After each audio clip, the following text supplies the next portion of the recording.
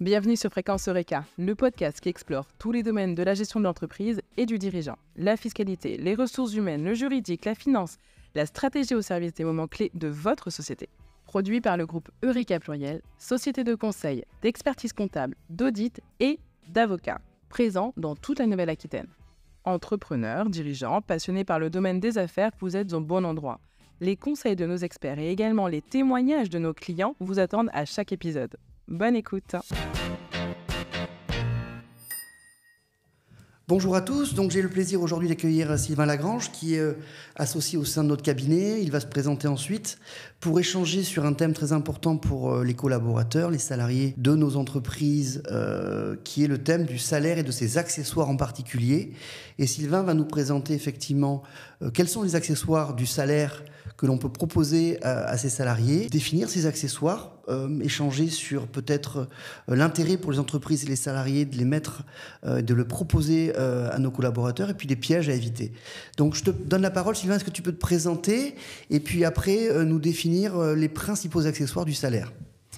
Donc Sylvain Lagrange, je suis membre du pôle social du groupe Eureka. Et pour ma part, je dirige le cabinet LS Social qui a en charge justement le social de cabinet d'expertise comptable qui souhaite rester indépendant. Les accessoires de salaire, si on compare, on se dirait que je prends une assiette, ce qui m'intéresse, c'est le repas. Mais au-delà du repas, il va y avoir une question d'ambiance, le service qui va être apporté, la qualité, tout le décor. Et lorsqu'un collaborateur entre en tant que recrue dans une entreprise, il s'attend à avoir un salaire, mais tout ce qui fera la différence, c'est les accessoires de salaire et c'est ce dont nous allons parler. D'accord. Très intéressant. Donc, ce que je comprends déjà dans les premières réponses que tu nous donnes, c'est que ce n'est pas que du salaire en plus, ça peut être en fait un environnement ou des accessoires, des choses qui ne sont pas que financières, qui peuvent être également de nature, justement, c'est-à-dire pas que financière.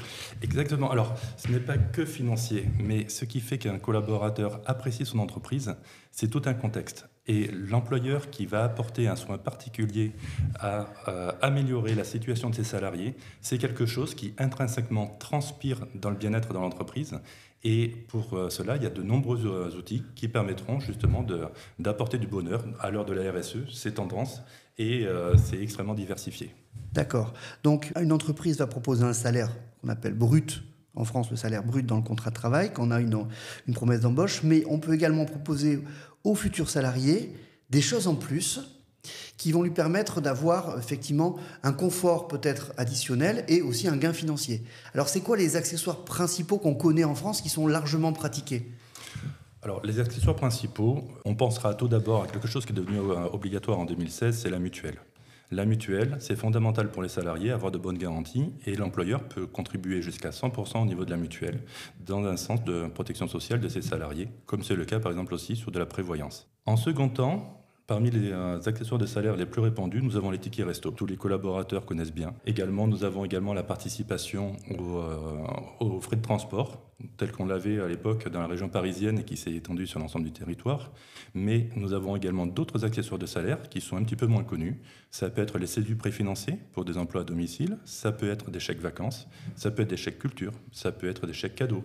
Et ainsi de suite, on a une grande liste d'avantages sociaux qui peuvent être accordés dans le cadre des accessoires de salaire. Donc un salarié, quand il va choisir son entreprise, il va regarder son salaire et également tous ces avantages qui vont lui donner du confort de vie et aussi un avantage financier. Parce que, par exemple, les tickets restaurants, on peut aller jusqu'à combien? 10 € par ticket? Un peu plus peut-être? On peut aller un petit peu plus. En fait, il y a une participation patronale qui sera donc entre 50 et 60% de la valeur du titre. Et effectivement, on peut aller sur des titres qui peuvent avoisiner les 13 €. D'accord. Alors, ces accessoires, comment l'entreprise va les choisir? Parce que moi, si j'ai une entreprise, comment je vais décider où c'est que je mets le curseur? Parce qu'on ne peut pas tout offrir à ces accessoires. Il faut évidemment, il y a un coût pour l'entreprise. C'est en fonction de l'évolution de l'entreprise, des choix aussi stratégiques en matière ressources humaines? Alors en fait, c'est extrêmement lié à la population de l'entreprise. Si, en termes d'accessoires de salaire, je propose un contrat de retraite supplémentaire à une population qui est jeune et qui ne verra une rente retraite que dans 30 ans ou 40 ans en fin de carrière, il n'y a aucun intérêt. Si par contre, je vais proposer des CESU préfinancés, c'est-à-dire pour des emplois à domicile à des cadres qui ont une activité extrêmement active, là, ça va parler. Si je propose des chèques culture à des jeunes qui sortent, qui vont aller à Cultura pour pas citer, qui vont aller acheter des billets de cinéma, là, effectivement, ça a du sens. C'est-à-dire que la politique sociale, en termes d'accessoires de salaire, sera dirigée après analyse de la population de l'entreprise. Ok, mais est-ce qu'on peut, si on a plusieurs populations, est-ce qu'on peut donner certaines choses à certains et pas à d'autres en fonction de la famille, ou on est malheureusement obligé de donner pareil à tout le monde?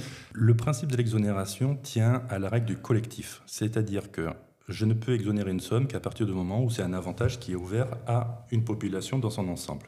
Mais nous pouvons, par catégorie de salariés, réserver certains avantages. C'est ce qu'on appelle les catégories objectifs, mais attention par rapport à ça, parce que les catégories objectifs ne fonctionnent pas systématiquement pour l'ensemble des avantages sociaux à titre d'accessoire de salaire. Alors, juste une petite digression sur un avantage qui n'est pas financier purement, c'est le télétravail. Donc ça peut être aussi un avantage, plutôt une souplesse plutôt qu'un accessoire de salaire. Comment tu le classifies, ça? Il faudra qu'on définisse ce qu'est un accessoire de salaire. Est-ce que le télétravail constitue un accessoire de salaire? À mon sens, non. C'est un avantage social, mais ce n'est pas nécessairement un accessoire de salaire. L'accessoire de salaire aura pour objectif d'améliorer le pouvoir d'achat et également le ressenti du salarié pour son entreprise. Le télétravail améliore le ressenti, mais n'améliore pas nécessairement le pouvoir d'achat, si ce n'est par l'économie des frais de déplacement qu'il pourrait avoir pour se rendre sur son lieu de travail. Ok, non, c'est intéressant. Et est-ce que les accessoires de salaire, est-ce qu'il y a aussi un intérêt financier ou fiscal pour l'entreprise plutôt que de donner une prime, par exemple? Est-ce que ça coûte moins cher pour l'entreprise? C'est évident. C'est évident. On est directement dans une politique sociale qui a un rapport coût-entreprise et bénéfice pour le salarié qui est excellent. Une prime versée à un salarié va avoir deux effets. Un, le salarié va perdre 20% sur les cotisations salariales, il va être imposé dessus, ça va rentrer dans son quotient familial pour la CAF, donc potentiellement même baisser ses aides. Et du côté patronal, on va payer des cotisations patronales et on va même se réduire la réduction générale de cotisations s'il y en a. Lorsque nous sommes sur des accessoires de salaire, nous sommes directement sur des avantages qui vont avoir généralement une valeur que le salarié va appréhender en net, sans fiscalité pour la plupart, et qui lui permettront justement d'avoir un pouvoir d'achat plus élevé. Ouais, donc c'est très intéressant, en plus sur un plan du coût, puisque ça coûte moins à l'entreprise et moins aux salariés. Oui, alors, quand je parle avec des employeurs, en fait, le principe c'est de la récompense du salarié. On va avoir une politique sociale, selon les tailles d'entreprise, qui pourra être plus distante lorsque l'effectif est assez nombreux, mais par contre avec beaucoup de paternalisme lorsqu'on est sur des petites entreprises.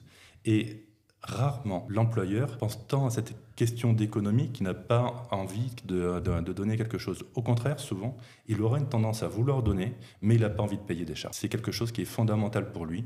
Et lorsqu'on lui présente des dispositifs en exonération de charges, ça l'intéresse. C'est ce qu'on a vu sur la prime de partage de la valeur. Ça a été fulgurant quand on a proposé ce type de dispositif.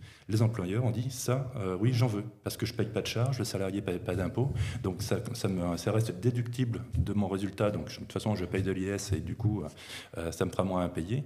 Et c'est une dépense qui est bien ordonnée. Tout à fait. On est au moment de Noël. On peut donner des chèques cadeaux en ce moment, des chèques cadeaux de Noël. Ça se pratique? Oui, alors ça se pratique beaucoup. Dans beaucoup d'entreprises au moment des fêtes de Noël, il faut bien rappeler que ce n'est pas que au moment des fêtes de Noël que l'on peut donner des chèques cadeaux. La limite, on est à 190 €, mais on peut dépasser cette limite, notamment lorsqu'on distribue des chèques cadeaux à d'autres événements. Ça peut être la rentrée des classes. Les chèques de Noël, ce n'est pas que pour les salariés, ça peut être également pour les enfants, ça peut être la fête des mères. Voilà. Donc il y a plusieurs moments. Et on oublie qu'on peut également donner des chèques culture. C'est très peu répandu et pour autant, le montant n'est pas plafonné. On peut donner 500 € à un salarié, si on veut, 600 € à un salarié, du moment que c'est ouvert à la collectivité des salariés et le salarié pourra en faire ce qu'il veut pendant toute une année. D'accord. Ça, c'était ma question suivante, effectivement, parce qu'on pourrait être tenté, comme il y a moins de charges, voire pas de charges, de donner plus dans ces accessoires moins taxés que dans des salaires. Donc il y a quand même des limites, des plafonds, évidemment, pour qu'il n'y ait pas d'abus, j'imagine. Il y aura une limite. Je reprends mon anecdote du départ. Dans une assiette, il y a un plat. Et ça, on ne le remplace pas. C'est-à-dire que le salarié, il vient, il a une classification, il a un salaire, on a un secteur concurrentiel avec de la concurrence qui va fixer, on va dire, le prix du marché. Et ça, on ne rogne jamais sur le salaire qui est dû.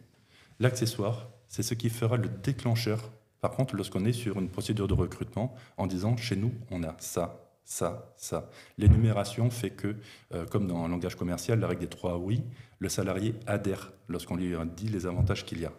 Et ça démontre également une volonté du chef d'entreprise de participer financièrement, d'être impliqué dans la vie de ses salariés. D'accord.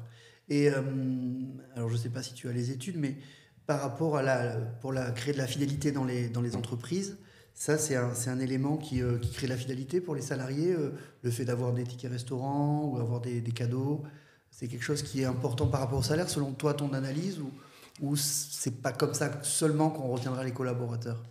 Alors tout d'abord, dans la plupart du temps, le collaborateur ne part pas strictement pour une question de salaire, il part pour d'autres questions. Ça peut être des problèmes de management, ce genre de choses. Les accessoires de salaire, à partir du moment où ils sont versés, souvent ils vont être considérés comme indus. C'est-à-dire qu'ils sont admis, c'est très difficile à retirer. Voilà. Par contre, là où les accessoires de salaire font la différence, c'est encore sur ce climat social que l'on va avoir dans l'entreprise, parce que les salariés se sentent bien, ils sont considérés, l'employeur fait tout ça. Et il ne faut pas simplement donner ces accessoires de salaire et oublier qu'on les a donnés, il faut aussi en discuter avec le salarié, parce que la politique sociale, et en matière d'accessoires de salaire, c'est assez important, il faut qu'elle soit dirigée efficacement. C'est-à-dire que le salarié puisse connaître l'ensemble des avantages, qu'il y trouve son intérêt, et si ce n'est pas opportun, on reprendra le forfait mobilité durable, qui est un accessoire de salaire, la participation aux employeurs aux frais de mobilité durable. Si je mets un accessoire sur une participation aux frais de vélo ou de transport en covoiturage, si personne ne vient en vélo ou covoituré, ça n'a aucun sens. Je mettrai des sommes finalement qui ne sont pas opportunes. Oui, alors effectivement, ce que tu disais en introduction, c'est que en fait, tous les accessoires de salaire ne sont pas toujours opportuns et qu'il faut effectivement bien identifier ce qui va être efficace. Et tu parlais aussi de communication, c'est-à-dire de bien communiquer. Donc ça, je comprends que dans les erreurs, il y en a peut-être d'autres que tu vas nous donner, mais les principales erreurs, c'est donner des choses qui ne servent à rien et peut-être de ne pas bien expliquer, de ne pas mettre en valeur ces avantages. Est-ce qu'il y a d'autres erreurs, selon toi, dans l'expérience que tu as, qui pourraient diminuer l'efficacité de ces choses-là? Alors, dans les erreurs, je dirais qu'à partir du moment où on est bien conseillé, on limite quand même ce risque d'erreur. Il faut penser, il faut savoir quelle est l'enveloppe que nous avons à mettre sur la table. Et après, si on a bien réfléchi, il n'y a pas d'erreur, puisqu'on donne du plus, on valorise l'entreprise et le collaborateur est également valorisé. Les seules erreurs que l'on pourrait avoir, c'est de se dire « je donne quelque chose sur une année, mais je vais le reprendre sur une autre ». C'est-à-dire que la politique sociale de l'entreprise se construit dans la durée. Et il ne faut pas se dire que, tiens, cette année, je vais donner des tickets resto, mais l'année prochaine, je les retire et je vais faire autre chose. Ça ne marche pas. De la même façon, une politique qui serait mal dirigée, par exemple avec des contrats de retraite supplémentaires, sur une population jeune, finalement, ce n'est pas valorisant. Donc, voilà les erreurs. Les erreurs, on peut facilement les éviter avec un petit peu de discussion. Et là, tout le pôle social du groupe Erika est là justement pour conseiller au quotidien les clients. Est-ce que tu parlais de la retraite? Est-ce que les accessoires de salaire, ça nous permet de cotiser à la retraite ou pas? Non. Alors, en droit français, donc le principe, c'est cotisation, prestation. Sinon, on parlera de contribution, il n'y a rien en face, ou taxe, là c'est de l'impôt, ça n'apporte rien. Bon, d'une certaine façon. Le cotisation, prestation fait que si ce n'est pas soumis à cotisation, il n'y a pas de prestation en face. Après, il y a des incidences sur beaucoup d'accessoires de salaire qui pourront, je pense notamment à tout ce qui est épargne salariale, qui vont avoir des incidences sur la fiscalité. Donc on va avoir un peu de la CSG, on peut avoir du forfait social, on peut avoir des limites d'exonération et des assujettissements au-delà. Mais tel quel, le principe, c'est non, il n'y a pas de contrepartie, si ce n'est un pouvoir d'achat immédiat. Donc si on devait conclure, je te laisserai le mot de la fin, mais ce que je retiens, moi, c'est que finalement, on a beaucoup d'intérêt à avoir une réflexion quand même approfondie sur ces sujets, parce que ce que je comprends, c'est que ça peut permettre d'attirer et de fidéliser les collaborateurs, avec un coût peut-être moindre que si on devait augmenter les salaires. C'est ça la conclusion que tu donnerais, toi, sur les accessoires de salaire? Moi, je dirais que les accessoires de salaire, c'est aussi l'employeur qui prouve qu'il est reconnaissant vis-à-vis de ses équipes et qui s'occupe d'eux. Voilà. Encore une fois, on ne remplace pas le salaire par des accessoires de salaire, mais on peut aller, en accumulant l'ensemble des avantages, donc à titre d'accessoires de salaire, on peut aller très loin dans les enveloppes. Et les collaborateurs, lorsqu'ils ont une entreprise qui a justement tout ce volet social-là, ça transpire à l'intérieur de l'entreprise, on le sent bien, et il y a de la motivation, et il y a de la fidélisation. Très bien. Alors, il y a un accessoire que l'on ne va pas évoquer maintenant et qui fera l'objet d'un podcast ultérieur, c'est tout ce qui concerne la participation et l'intéressement, qui sont en fait un accessoire aussi collectif qui peut être très fort. Donc là, on a parlé des accessoires individuels, en fait, et la prochaine fois, on parlera des accessoires finalement collectifs. Quelle est la différence, selon toi, entre ces accessoires qu'on vient d'évoquer et puis tout ce qui va être l'épargne collective? Alors tout d'abord, ce dont on a discuté, ce ne sont pas des accessoires individuels, parce que ce sont des accessoires qui sont ouverts généralement à une collectivité. La grande différence par rapport aux autres dispositifs, c'est que les dispositifs de participation, d'intéressement, sont des dispositifs qui tiennent souvent à des critères de performance de l'entreprise. Et on n'est pas dans la logique de protection sociale, de performance sociale, tant de RSE, ce genre de choses. On est plutôt dans une logique économique. Après, on verra sur un prochain podcast, effectivement, que l'intérêt, notamment de l'intéressement, est extrêmement important. Je te remercie beaucoup, Sylvain, pour ces précisions très intéressantes. Merci pour ta question, Thomas.